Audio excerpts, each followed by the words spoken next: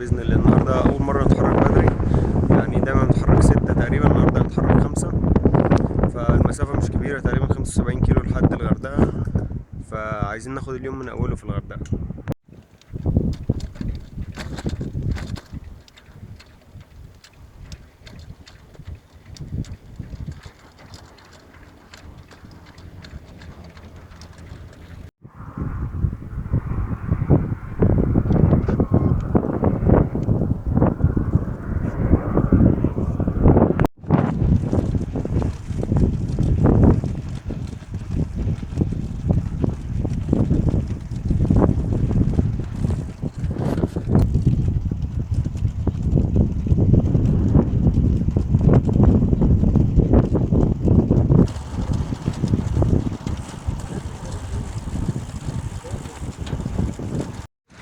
في كلبين بيجروا ورانا في الصحراء او ماشيين جنبنا، يعني معرفش بقى بيسلموا علينا بيحيونا ولا بيجروا ورانا.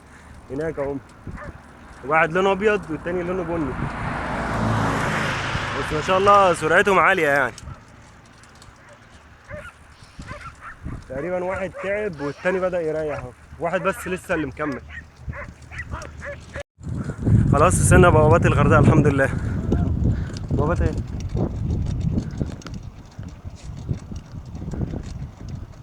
عدينا البوابات دلوقتي وخلاص. هناخد الطريق الساحلي ده عشان نخش بقى على الغردقه نفسها. تقريبا فاضل 5 كيلو على الجونه، ونعدي الجونه بقى ونوصل الغردقه، وان شاء الله ننزل في بيت الشباب. هنريح هناك شويه وبعد كده بقى ننزل على بعد العصريه الدهار بقى وسط البلد يعني. عاش يا رجاله. 385 كيلو تقريبا، صح؟ انا لقيت مكتوب لك القاهره يا اسطى، كان مكتوب 422. انا كنت بقول احنا ماشيين 375، بس ده تقريبا الرقم بتاع امبارح بتاع جبل الزيت. احنا كده يعتبر معديين ال 450، يعني داخلين على 460 تقريبا لحد الغردقه يعني.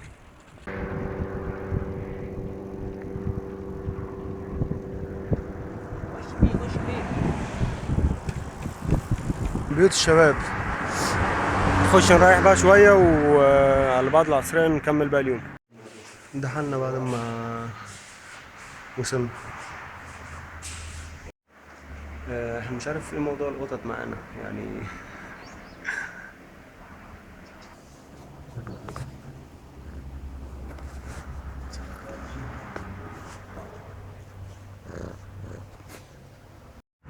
ربطنا العجل وخلاص داخلين بقى الأوضة بتاعتنا.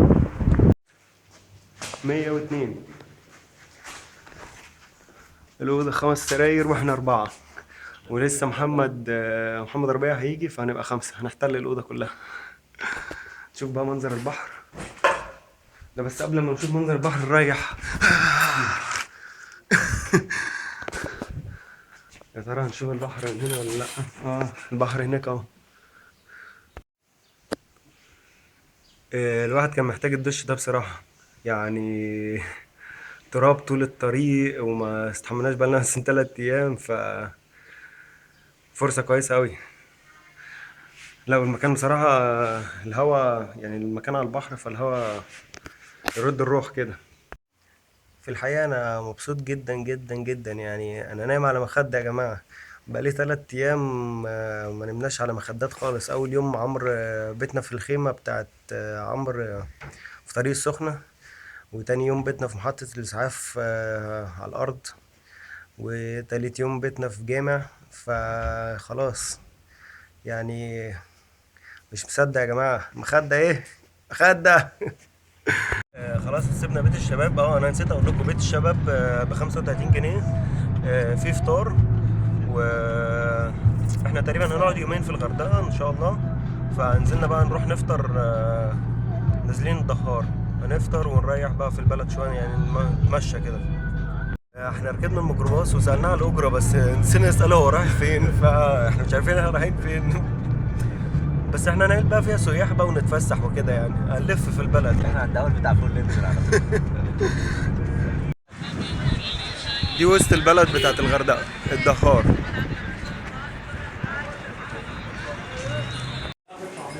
خلاص طلبنا الفطار بقى. بقول خلاص طلبنا الفطار. عمرو قاعد بيفتكس، وقف جاب فطير وعسل عشان يعشينا فطير وعسل، وقاعدين بندور على شبشب عشان ما جابش الشبشبه معاه، فقعد بيدور على محل يشتري منه شبشب. الحته اللي على اليمين ما فيهاش صخور.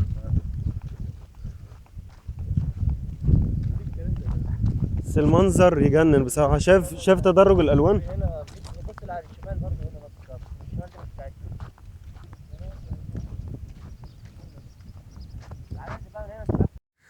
بعد 450 كيلو ماشيين جنب البحر، اخيرا نزلنا البحر اخيرا يعني الحمد لله. يعني احساس مختلف خالص، بس للاسف ما شفناش سمك، شفنا اناديل بقى، كانش فيه سمك. ممكن بس تحكي لنا ايه اللي حصل عشان انت بتختفي مننا في الرحله وفجاه تظهر، فيعني اول قول لنا. حاجه الكاوتش بتاع عمرو لقيته على الطريق. تمام.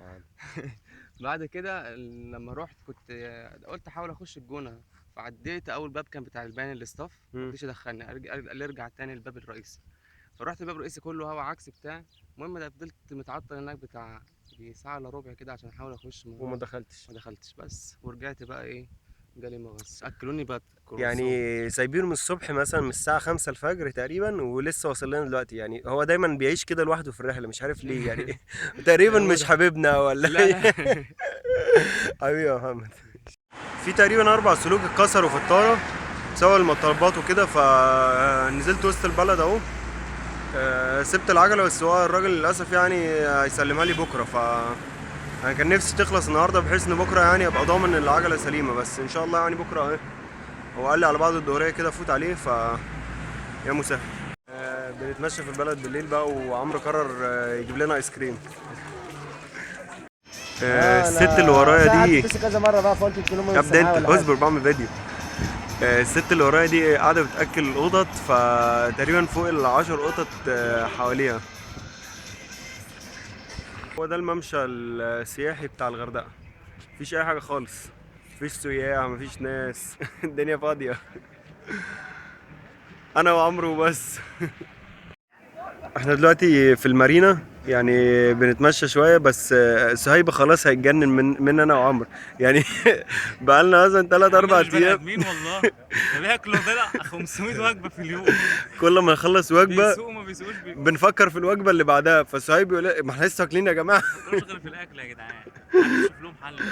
انا مش أصل- باين ليه يا عم، انا مش واضح هنا. عمرو اهو. عمرو عمرو الريف بيبان عليه. قاعدين على القهوه بقى بنريح شويه، فدورين طاوله كده. نتعشى بقى يعني. الافتكاسة بتاعت عمرو الصبح بصراحة افتكاسة حلوة، يعني شوية فطير. صباح الخير، يوم جديد. بصراحة أنا بعد ما صحيت دلوقتي فكرت لقيت إن في 4 ميزات هنا في بيت الشباب. وأول حاجة طبعا الدش، وتاني حاجة البحر، وتالت حاجة المخدة. إنما بقى رابع حاجة هي المهمة، إن الواحد صاحي مش شايل هم الفطار، يعني مش شايل هم إن هو هيعمل فطار. في فطار هنا في بيت الشباب، بس في مشكلة برضو ان احنا صاحيين ساعتين بدري عن الفطار. يعني احنا خلاص جسمنا اتعود على الصحيان بدري، فالفطار 8 واحنا صاحيين 6، فهنضطر نستنى بقى. خلاص احنا في المطبخ اهو مستنيين الفطار. الفطار هيجي من هنا تحت، ايوه من هنا. نجيب بس فين اللي مفيش ميه ولا نحط ميه منين؟ المية السخنة هناك في بتاع البراد اللي هناك ده. طب لما ده ايه ده؟ فول وبيض وجبنة محتاج 10 ومربى وجبات زي وليمون وعيش وشاي. القطة بتاعت امبارح جت لنا تاني يعني، قاعدة تحت رجل عمرو. راحت فين؟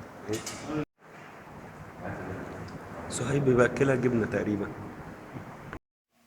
صهيب قاعد بيخيط. هو اللي بره البيت بقى فترة كبيرة بيبقى مضطر يعني، وبصراحة أول مرة يخيط يعني، فبالنسبة له الموضوع متعب شوية.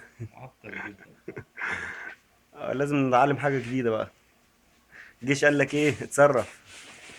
نزلنا البحر النهاردة بعد ما فطرنا، وكان في سمك بصراحة ألوان كتيرة ومختلفة، ونسيت أنا جراب الموبايل والكاميرا، فرجعت أجيبهم وأنا راجع بقى رجلي اتفتحت، فما صورتش حاجة النهاردة.